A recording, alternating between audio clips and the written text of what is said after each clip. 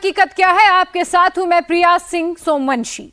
24 घंटे में नरेंद्र मोदी और व्लादिमीर पुतिन के बीच क्या क्या बात हुई है, दोनों नेताओं की बातचीत में क्या क्या फैसले हुए, पूरी दुनिया में इस वक्त सिर्फ दो नाम के चर्चे हो रहे हैं। एक नाम है नरेंद्र मोदी का, तो दूसरा नाम है रूस के राष्ट्रपति व्लादिमीर पुतिन का। कहा यह जा रहा है कि इस बातचीत से बहुत कुछ निकल सकता है, लेकिन सवाल है कि क्या क्या निकल सकता है। क्या रूस यूक्रेन के बीच वॉर रुक सकती है? मोदी ने पुतिन से दो टूक कह दिया कि युद्ध से रास्ता नहीं निकलेगा, बातचीत से ही समाधान निकलेगा। और यह काम भी इस वक्त वर्ल्ड में नरेंद्र मोदी ही कर सकते हैं। मोदी ही हैं जो पुतिन के मुंह पर शांति से हर समस्या का समाधान निकालने के लिए बोल पाएंगे। मॉस्को में मोदी का वेलकम पुतिन ने अपने घर पर किया। दोनों एक साथ 4 घंटे तक नाश्ते के टेबल पर बैठे। पुतिन ने मोदी को सैर कराया, मोदी के साथ पैदल वॉक की। आज मोदी अपने मित्र पुतिन के साथ एटम पवेलियन में साथ साथ गए। फिर मोदी क्रेमलिन पहुंचे, पुतिन ने उन्हें वहां पर रिसीव किया। दोनों के बीच बायलैटरल मीटिंग हुई है और इसके बाद मोदी को रूस का सर्वोच्च नागरिक सम्मान दिया गया। पुतिन ने मोदी को अपना परम मित्र क्यों कहा, जोशीला इंसान क्यों कहा है, मोदी ने पुतिन को अपना सबसे गहरा दोस्त क्यों बताया है? मॉस्को से आ रही सबसे बड़ी हेडलाइंस को डिकोड करते हैं इस रिपोर्ट में। पुतिन ने मोदी को परम दोस्त क्यों कहा, यह सुनकर भारत में बैठे मोदी विरोधियों ने कैसे रिएक्ट किया? पुतिन ने मोदी को एनर्जेटिक पर्सन यानी जोशीला इंसान कहकर संबोधित क्यों किया, यह सुनकर राहुल की पार्टी ने क्या नैरेटिव सेट किया? नरेंद्र मोदी ने अपने डीएनए का जिक्र क्यों किया, किस चुनौती से लड़ने का इशारा दिया? नरेंद्र मोदी ने किस अमर प्रेम की कहानी का हवाला दिया, किन दुश्मनों को सावधान रहने को कहा? मोदी ने पुतिन को गले लगाया, दुनिया को क्या मैसेज पहुंचाया? पुतिन ने अपने घर पर मोदी के लिए नाश्ते का टेबल लगवाया, कैमरे में क्या ऑडियो वीडियो रिकॉर्ड हुआ? पुतिन ने मोदी को अपने तेज रफ्तार घोड़ों से मिलवाया, अपने घोड़ों का अस्तबल दिखाया, मोदी को घुमाया। पुतिन ने ऐसा करके इंटरनेशनल वर्ल्ड ऑर्डर में कौन सा सांकेतिक मैसेज भिजवाया? गेस्ट नरेंद्र मोदी के लिए host Vladimir Putin electric car के ड्राइवर क्यों बन गए?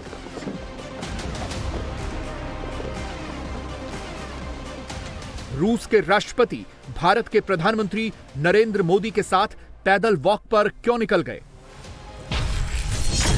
हम मोदी और पुतिन की एक एक तस्वीर को इंटरनेशनल डिप्लोमेसी के चश्मे से भी डिकोड करेंगे और मोदी पुतिन की पर्सनल केमिस्ट्री वाले एंगल से भी समझने की कोशिश करेंगे।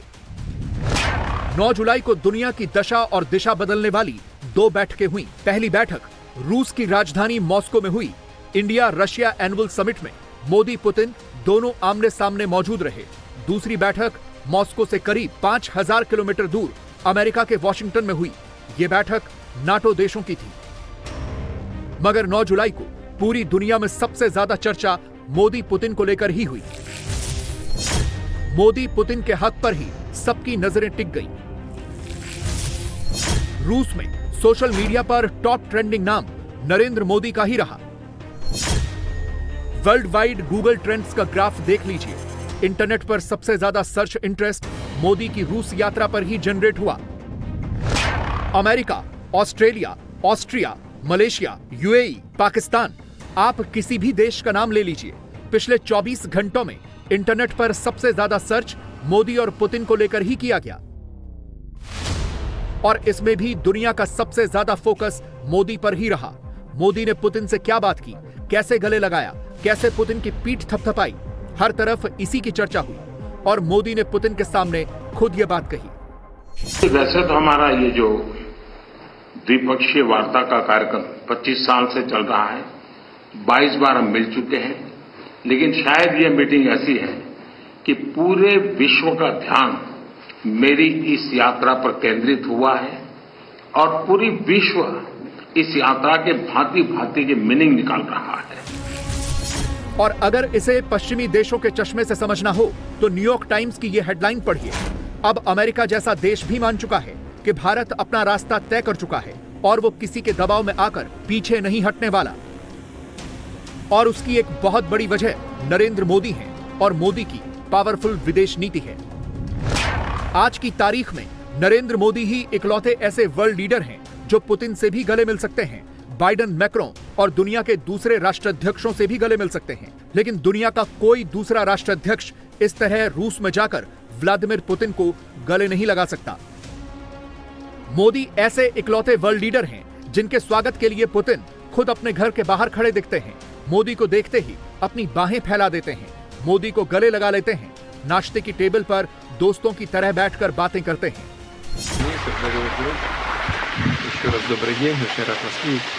आदरणीय प्रधानमंत्री जी, परम दोस्त, आपका स्वागत है, हार्दिक स्वागत है।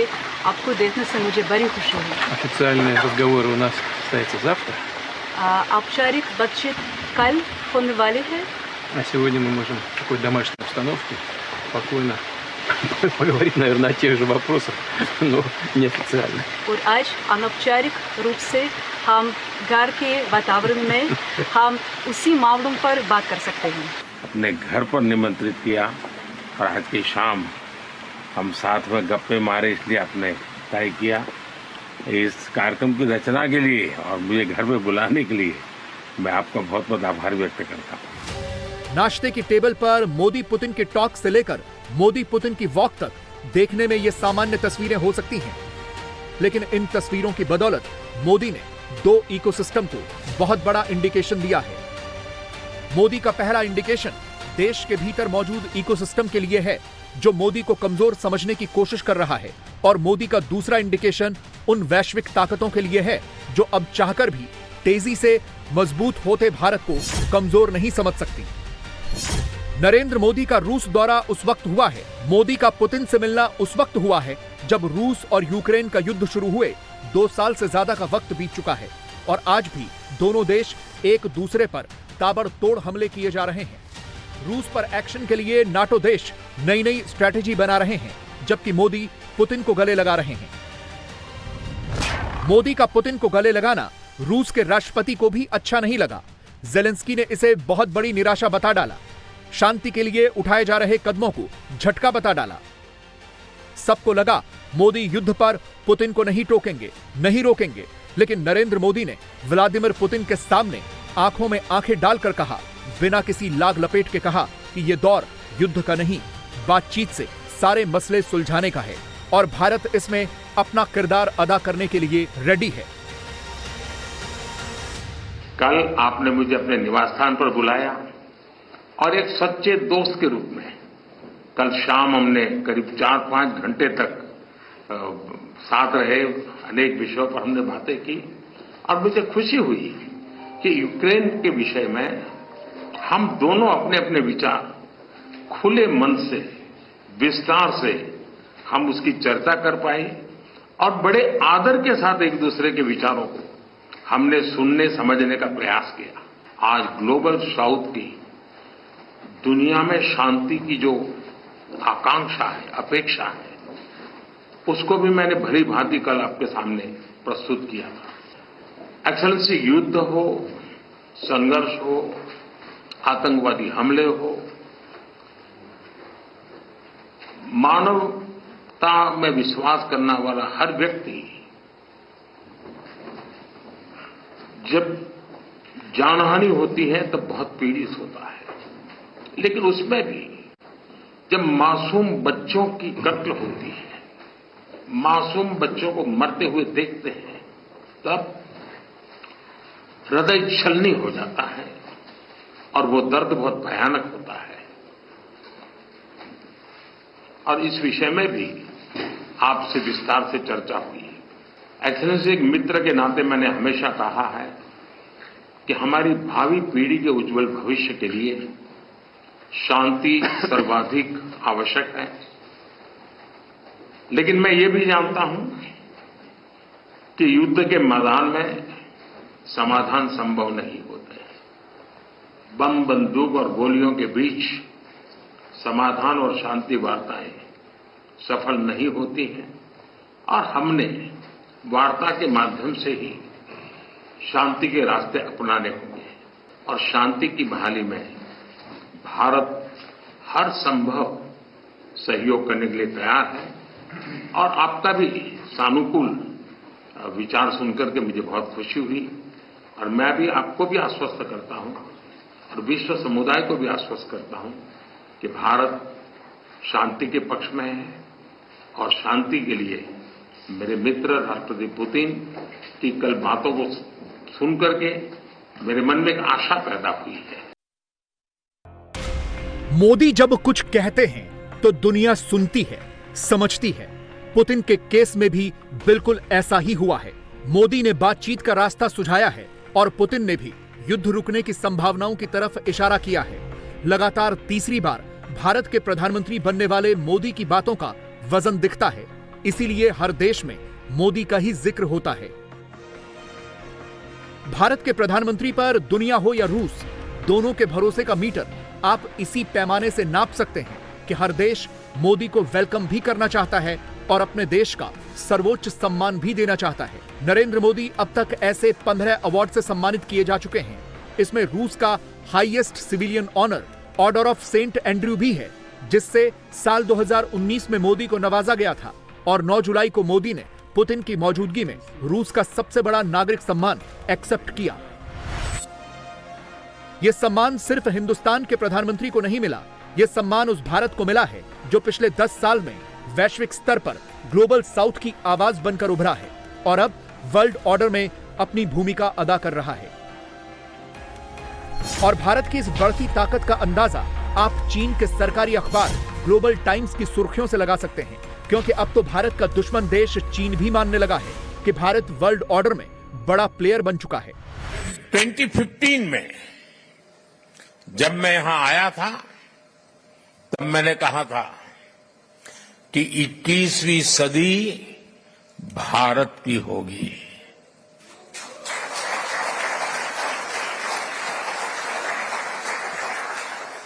तब मैं कह रहा था, आज दुनिया कह रही है।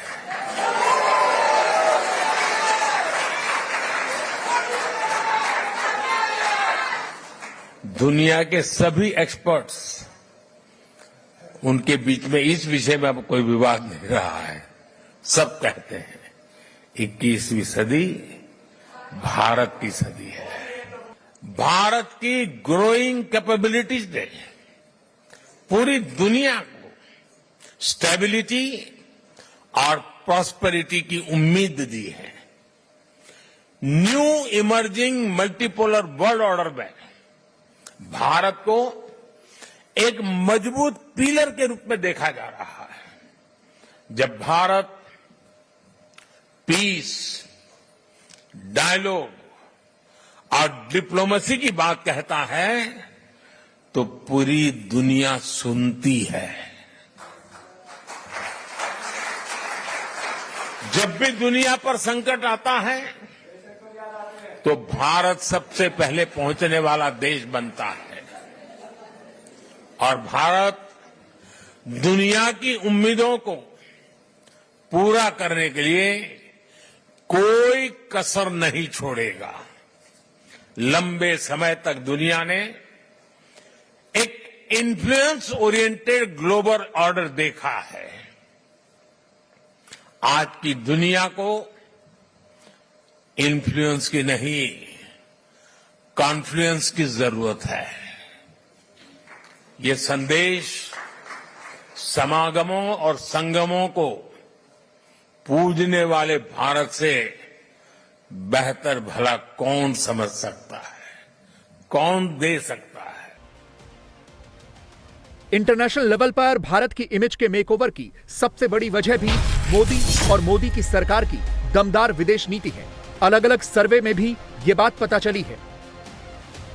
द ORF फॉरेन पॉलिसी सर्वे 2023 के मुताबिक 83% हिंदुस्तानी युवा भारत की विदेश नीति को अच्छा मानते हैं। 77% युवा रूस के साथ भारत के रिश्तों को काफी संतोषजनक मानते हैं। 77% लोगों का यह भी मानना है कि रूस अगले 10 सालों में भारत का सबसे बड़ा पार्टनर होगा। इसी सर्वे में 51% युवाओं की राय है कि पश्चिमी देशों और रूस के बीच जारी टेंशन के बीच भारत को न्यूट्रल रहने की जरूरत है। 21% युवा चाहते हैं कि भारत रूस का साथ दे, जबकि सिर्फ 17% की राय है कि भारत पश्चिमी देशों के साथ आगे बढ़े। ओवरऑल अगर हिंदुस्तान के लोगों का सेंटिमेंट देखें तो वो अपने सबसे पुराने साथी रूस पर ट्रस्ट करते हैं, वेस्ट पर उनका डिस्ट्रस्ट है। और ये बात मोदी भी जानते हैं कि भारत का टाइम टेस्टेड फ्रेंड अगर कोई है तो वो रूसी है, अमेरिका या ब्रिटेन जैसे देश नहीं। साथियों, मैं दशकों से भारत और रूस के बीच जो अनोखा रिश्ता है उसका कायल रहा हूं। रूस शब्द सुनते ही हर भारतीय के मन में पहला शब्द आता है भारत के सुख दुख का साथी।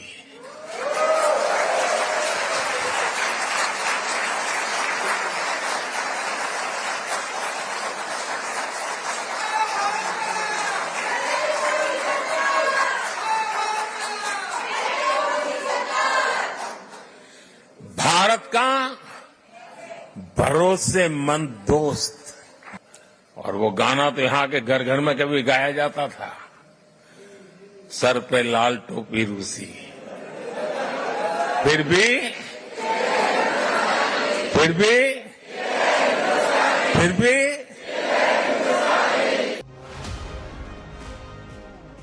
पॉपुलैरिटी की बात हो, इन्फ्लुएंस की बात हो या कोई और पैरामीटर हो, मोदी लगातार कई महीनों से टॉप पोजीशन पर बने हुए हैं। इस वक्त भी दुनिया के बड़े ग्लोबल लीडर्स की लिस्ट में मोदी की अप्रूवल रेटिंग 70% है और उनकी रैंकिंग नंबर 1 है। मोदी पर दुनिया का यह कॉन्फिडेंस भारत के बढ़े हुए कॉन्फिडेंस में नजर आता है।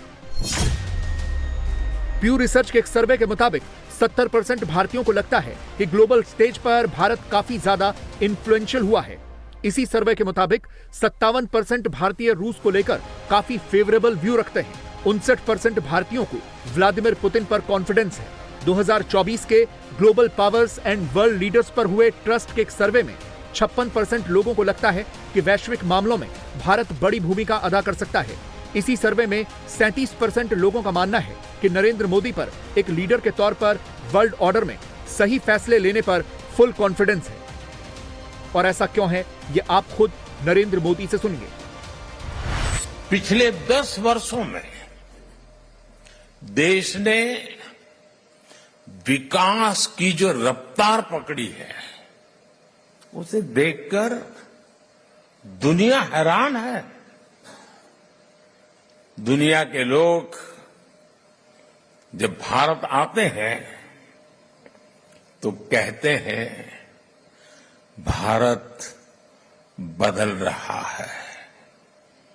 आप भी आते हैं तो ऐसा ही लगता है ना?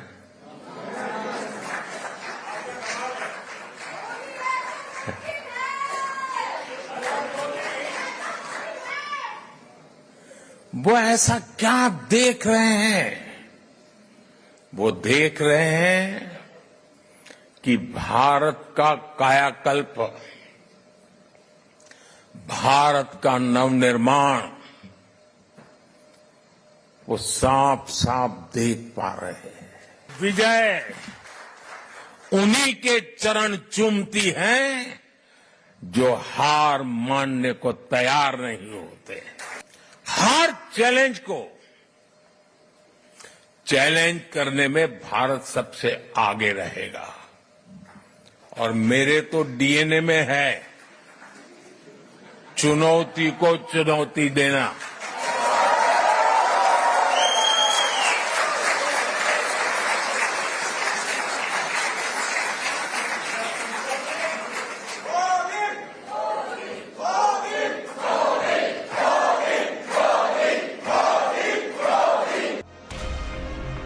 रूस ने मोदी का मान बढ़ाया, अपना सर्वोच्च नागरिक सम्मान ऑर्डर ऑफ सेंट एंड्रयू से नवाजा।